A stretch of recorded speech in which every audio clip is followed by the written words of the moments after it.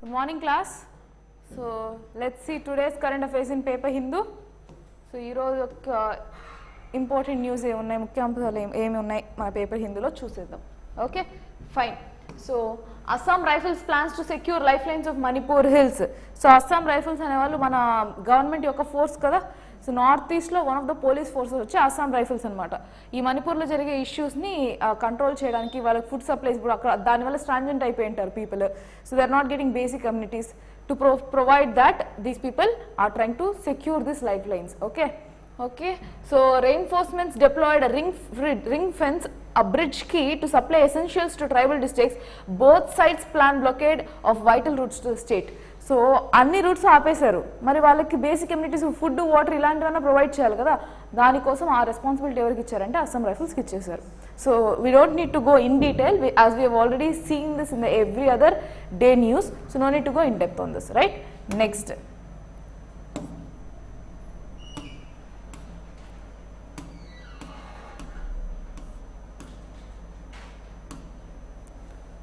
So ఒక 2-3 articles ఉన్నాయి only Manipur issue మీద. So apart from that, let's see the local news, I mean our state news. Varikapudisela LI lift irrigation scheme anamata. Lift irrigation scheme gets nod from wildlife board. So manamu oka particular irrigation scheme ani whatever the project may be that we are trying to do now, we definitely need clearances kada, environmental clearances, wildlife clearances, ilanti clearances kavalsi vastundi. So as of now ee particular project vachesi Palnadu district lo undanamata. Okay, so near to Vijayawada you have Palnad, where it will be there. So rough ga చూపిస్తాను.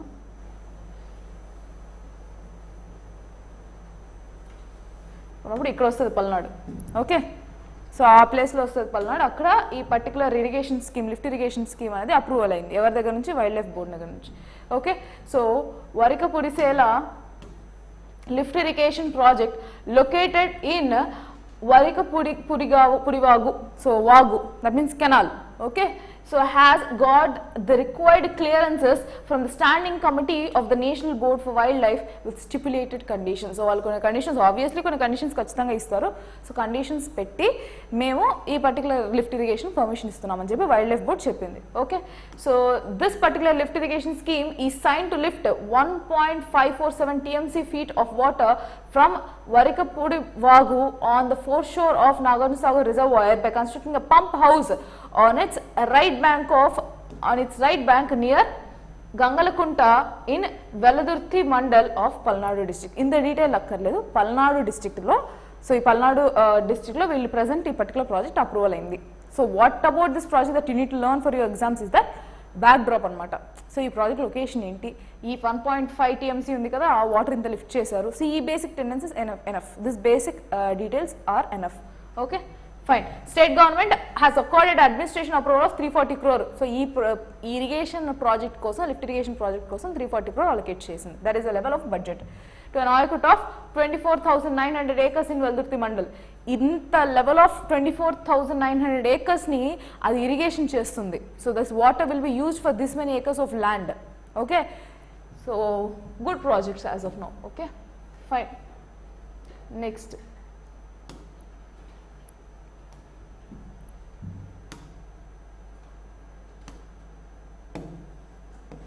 So same issue already చెప్పాను నేను. This is also from editorial. Editorials will be dwelt later.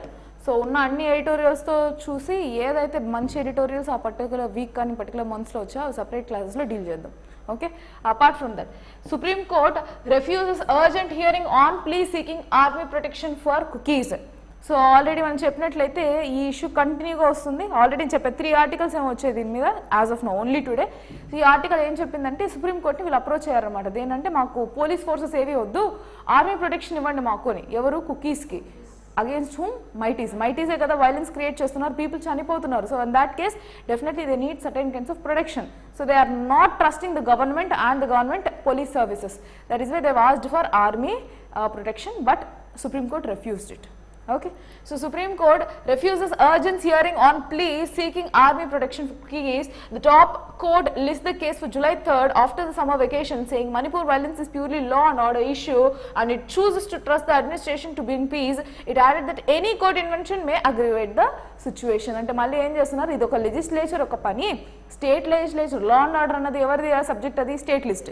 So it is that particular state list or the legislature. So if it all వాళ్ళు president rule పెట్టుకోవాలన్నా ఏమైనా issue, because administrative failure, constitutional failure అనుకున్నప్పుడు వాళ్ళు president rule పెట్టుకోవచ్చు కదా. So అలాంటి situation అన్నప్పుడు లా and order complete legislature part మాకు సంబంధం లేదు. సో మేము జ్యుడిషియరీగా మేము ఇన్వాల్వ్ అయ్యామంటే ఇది ఇంకా అగ్రివేట్ అయిపోతుంది issue.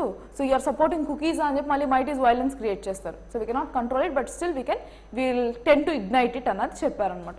So rest all nothing is much important. But July 3rd అయితే దాన్ని పోస్ట్పోన్ చేశారు as of now to hear that plea seeking protection from army. Okay,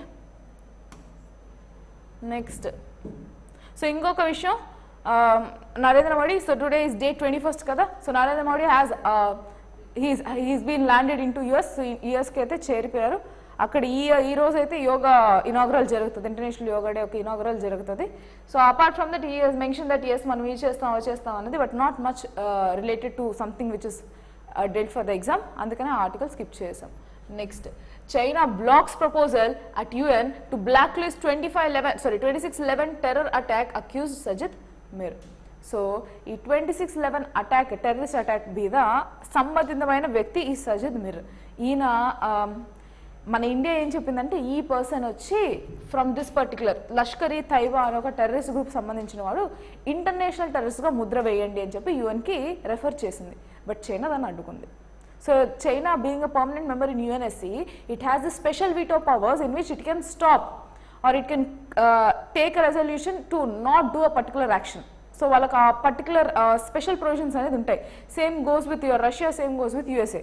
so China ఏం చేసింది, ఇతన్ని ఇంటర్నేషనల్ టెర్రరిస్ట్గా మార్క్ చేయండి అని చెప్పి ఇండియా రెఫర్ చేస్తే దాన్ని కొట్టివేసేసింది. సో ఇది ఎందుకు వచ్చింది, పాకిస్తాన్కి ఆల్ వెదర్ ఫ్రెండ్స్ అనమాట చైనా. ఆల్ వెదర్ ఫ్రెండ్షిప్ అంటే ఏంటి, no matter what is the situation they are always together. So yes, so the issue, let's go with the article. China on Tuesday blocked the proposal by India and the US at United Nations. So India and US కలిపించినప్పటికీ China కూడా యుఎన్ఎస్సీలో member, so it clearly opposed it. Okay, so United Nations to designate Pakistan based Lashkar e Taiba terrorist Sajid Mir as a global terrorist. Mir is wanted for his involvement in 26/11 terror attacks, but Beijing blocked the move. Okay, it clearly blocked the move which has been moved by US and co-designed by India to blacklist this particular person, but it was not. So India and US was not successful because China is in support. Enduku, Beijing is an all-weather friendship for Islamabad. Islamabad ante Pakistan yokka capital city, Beijing ante China yokka capital city. So has repeatedly put hold on the list of blacklisting the Pakistan-based terrorists under the sanctions committee of UNSC. Endukante UNSC is a permanent membership, so it has its own veto powers, right? So rest all not required. This is not for the first time. ప్రతిసారి జరిగేదే terrorist, మనం ఇంతమంది వీళ్ళు గ్లోబల్కి threat, వరల్డ్కి threat, వీళ్ళని టెర్రరిస్ట్గా గుర్తించండి, shooted site orders కానీ లేదంటే వాళ్ళని దొరికినప్పుడల్లా అరెస్ట్ చేసేయండి ఇమీడియట్గా అని మనం ఒక ప్రపోజల్ పెట్టడం, చైనా దాన్ని అపోజ్ చేయడం, ఇది కాన్స్టెంట్గా జరిగే పని. Okay fine. చైల్డ్ లైన్, ఇది మనం నిన్న చూసాం కదా local article. Child line 1098 to be merged with 112 line in 9 states. So ఫర్దర్గా ఈ 1098ని 112 లైన్తో కలిపేస్తున్నారు. 9 states is combining this. So what about this particular article? చూద్దాం. So in a first, the Women and Child Development Ministry has decided to go away with the concept of NGOs running Childline, a counseling and distress relief helpline for children which has been attending to children under emergency since 1995. So చూసుకున్నట్లయితే ఈ child line help line అనేది NGOs based running అనమాట. ఒకప్పుడు even till yesterday, నిన్నే కదా black చేశారు, till yesterday it was run only by NGOs. ఇప్పుడు ఏమైంది, ఇది గవర్నమెంట్ చేతి కింద వచ్చేసింది. 9 states అప్రూవల్ ఆల్రెడీ వచ్చేసింది, including Andhra Pradesh. Okay, so in the first phase, the ministry has merged 1098 helpline with 112 emergency response team in 9 states, union territories, where operations will start in June end. By 20th start అయిపోయింది already. It's already started by 20th, that is yesterday. So they are Andhra Pradesh, Arunachal Pradesh, Bihar, Dadra Nagar Haveli and Daman and Diu, Gujarat, Goa, Ladakh, Mizoram, Puducherry. So the others will be on board for the phased manner, the ministry officials. So ఖచ్చితంగా అన్ని states involvement జరుగుతుంది. maximum of the states will approve this, but so far 9 states union territories have approved it. Okay, fine. So 24/7 control desk untadi, I mean help desk untundi. Services will be available for 24/7. So the help desk and at stations, the states and union territories as per the SOPs and the standard operating protocol prakaramu of railways would continue to set up child help desk or booths at selected railway stations and bus stations. And the ministry also interested center and the development of advanced computing Kerala to Kerala as a total solution provider for automation, helpline 108 integration with ERSS 1112. So ఏం చేస్తున్నారు, ఈ 1098 ఒక కేసెస్ని 112తో combine చేస్తున్నారు. So మీరు 112 call చేసినా 1098 call చేసినా integrated call అనేది ఉంటుంది. సో అథారిటీస్ సేమ్ అనమాట. ఓకే, అండ్ దీంతో పాటు రైల్వే స్టేషన్స్లో సెలెక్టెడ్ రైల్వే స్టేషన్స్లో అంటే ఇప్పుడు పెద్ద సౌత్ సెంట్రల్ రైల్వే ఇలాంటి పెద్ద స్టేషన్స్ ఉంటాయి కదా, where huge trafficking of children might be happening or displacement of children might be happening. ఇలాంటి సిచ్యువేషన్స్ ఇలాంటి స్టేషన్స్ సెలెక్టెడ్గా ఒక స్టాండర్డ్ ఆపరేటింగ్ ప్రోటోకాల్ ప్రకారం చైల్డ్ హెల్ప్ లైన్ డెస్క్ అనేది ఖచ్చితంగా ఉంటుంది. ఓకే, నెక్స్ట్ ఇది చాలా ఇంపార్టెంట్ ఆర్టికల్. ఇప్పుడు ఉన్న అన్న ఆర్టికల్స్లో ఇది ఒకటి, ఇంకొక క్లైమేట్ చేంజ్ మీద ఆర్టికల్ వచ్చింది. These 2 are articles which are important for today. Okay, India's first mRNA vaccine against omicron approved. So ఈ కోవిడ్ యొక్క వేరియంట్స్ పెరుగుతున్నాయి కదా, సో దీని మీద mRNA వ్యాక్సిన్ అనేది ఫర్ ద ఫస్ట్ టైం ఇండియాలో అప్రూవల్ వచ్చేసింది.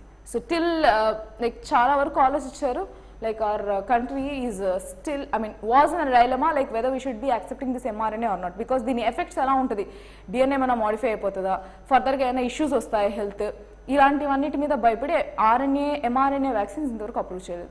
So right now first mRNA vaccine has got it's approval. So what is this name? ఈ నేమ్ ప్రిలిమ్స్లో ఇంపార్టెంట్ అనమాట. ఏ ఎగ్జామ్ ప్రిలిమ్స్లో ఉన్నా ఈ నేమ్ అనేది important. What is the name?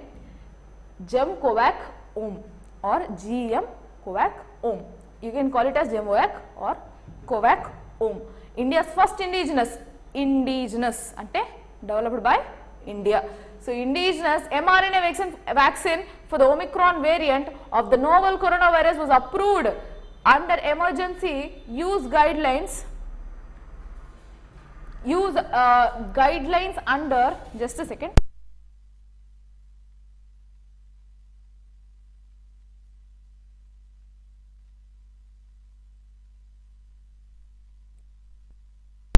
Yes, so this particular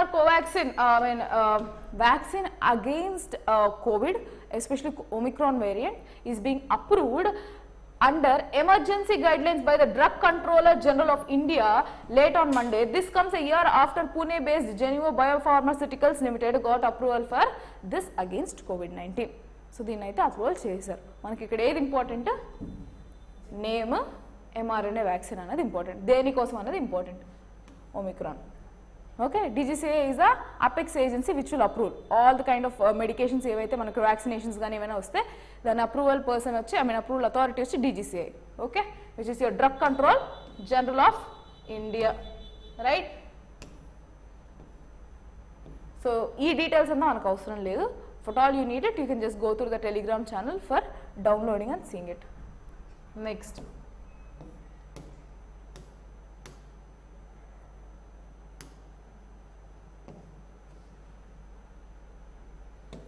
ఇది complete important కాదు కానీ AI మీద అంటే కటింగ్ ఎడ్జ్ టెక్నాలజీస్ మీద like artificial intelligence what is the current scenario in the country అని తెలియడం కోసం ఈ ఆర్టికల్ తీసుకున్నాం. But as this is by IBM, it's not totally important, but ya will see. So AI set to eliminate digital drudgery says IBM. So ఇదేం చెప్తున్నారు? ఈ generative AI set to eliminate digital drudgery set Gaurav who is a VP or IBM's head anamata, software labs kinda. So our focus should be on deploying trustworthy and ethical AI. So A kind of issues ఉన్నప్పటికీ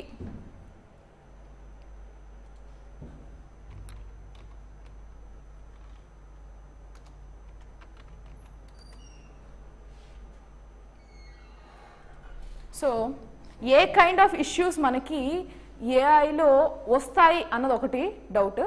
ఇంకొకటి ఏంటి అంటే ఇక్కడ ఈయన చెప్పింది ఏంటంటే this particular Gaurav Sharma has mentioned that AI would set to eliminate this drudgery. What? Digital drudgery. Drudgery అంటే ఏంటి?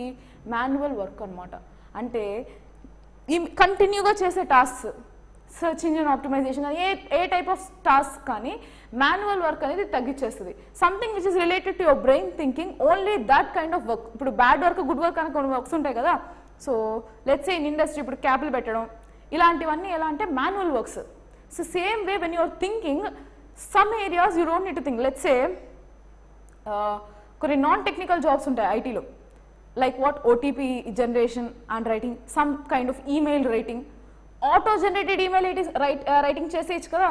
దానికి హ్యూమన్ ఒక ఇంటర్ఫేస్ అవసరం లేదు కదా. Like if at all I am getting a complaint raised, for this I have to generate an automatical message but targeting to the question asked. Regular గా నేను send చేయాలనుకున్నప్పుడు సెండ్ చేసేయచ్చు ఒక మెసేజ్, బట్ ఆ message వాళ్ళకి customised గా ఉండాలంటే what I have to do, I need to spend time on a human resource. But instead if I can take AI, it will be easily replaceable కదా. So let's see, generative AI is set to eliminate digital drudgery, said Gaurav Sharma. However, focus should be on deploying trustworthy and ethical AI. So issue ఎక్కడ వచ్చింది, ఆ ethical AI, code of conduct for AI అనేది ఇంకా formulate కాలేదు. మనం చూసినట్లయితే రీసెంట్గా European union for the first time AI మీద కోడ్ ఆఫ్ కండక్ట్ చేస్తాము అని చెప్పారు. బట్ అది 2026 నాటికే వస్తుంది, ఇప్పుడు ఏం చేయలేమని కూడా చెప్పారు. We have seen in the recent article. So that is about this article. Let's go.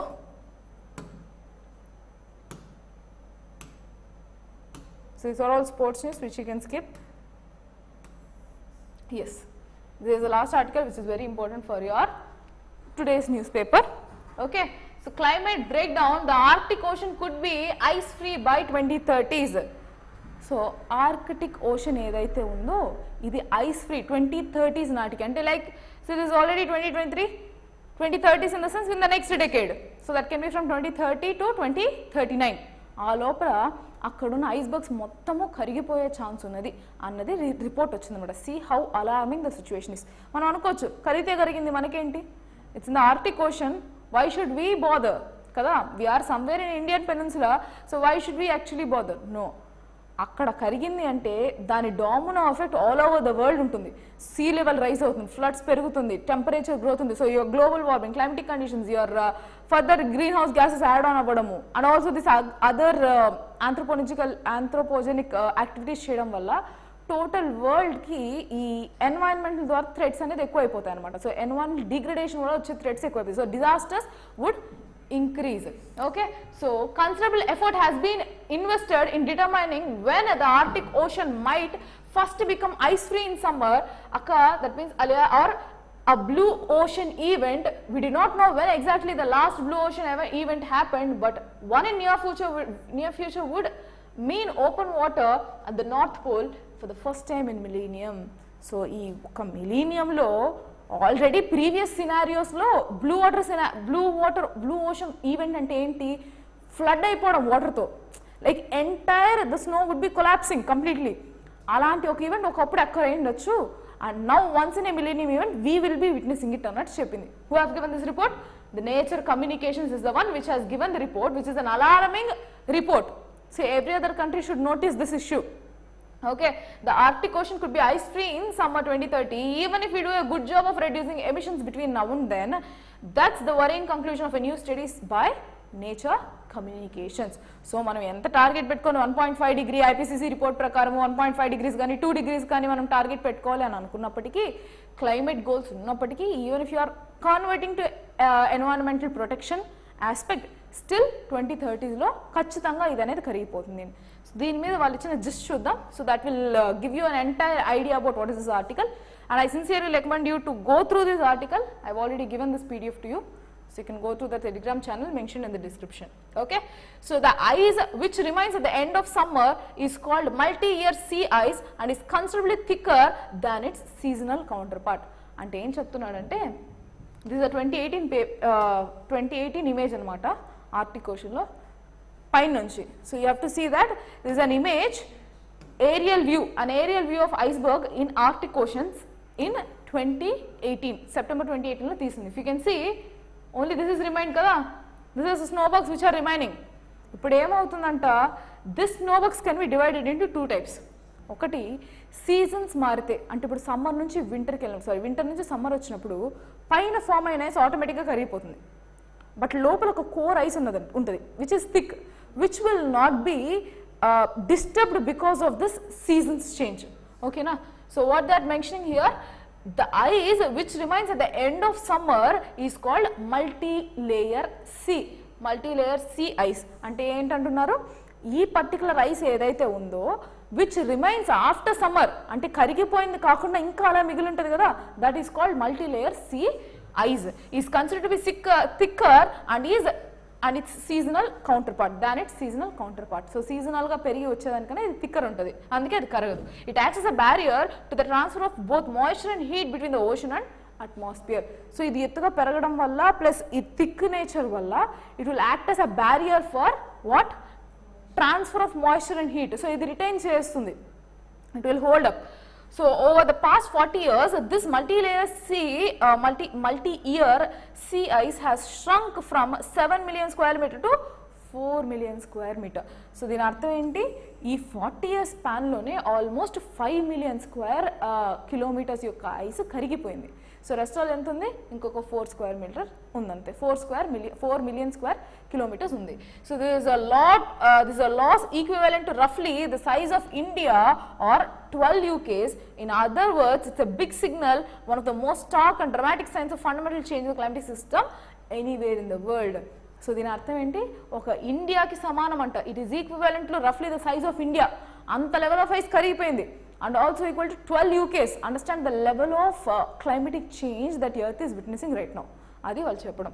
So back in 2000s, an assessment of early generations of climate models found they generally unpredicted the loss of sea ice when compared to the satellite data showing that actually happened. The models predicted a loss of about 2.5% per decade, while the observations were closer to 8%. అంటే 2000లో జరిగిన survey ప్రకారము ఈ decrease of ice, కరిగిపోవడం ice ఎలా అయితే ఉంటుందో, melting of ice that was as per estimation during 2000s was around 2.5%. But what is actually happening now? It is happening up to 8% per annum. So ఒక యానంకి country చూసుకుంటే, not per annum, per decade, అంటే 10 years span తీసుకున్నట్లయితే ఒకప్పటి estimation 2.5%, but now it is going to be 10%, which is huge alarming rate.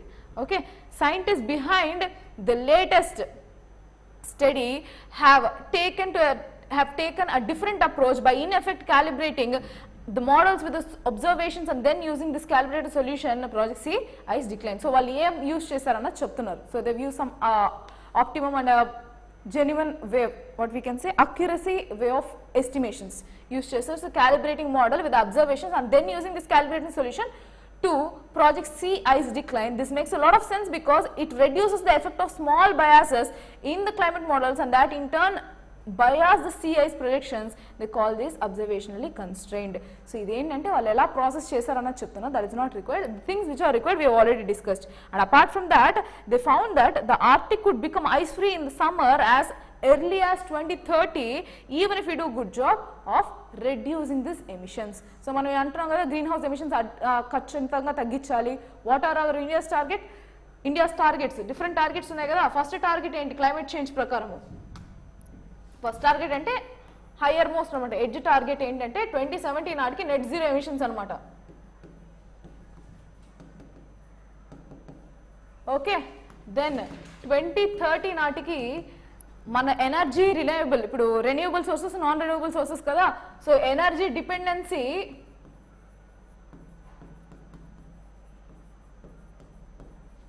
On renewable energy or renewable energy sources నుంచి 50% ఉండాలి. ఓకేనా? So ఈ రెండు అనేది ప్రెసెంట్ మన క్లైమేటిక్ గోల్స్ అనమాట. Okay, so this is about our current updates. Okay, so apart from that those are the climatic goals which we have.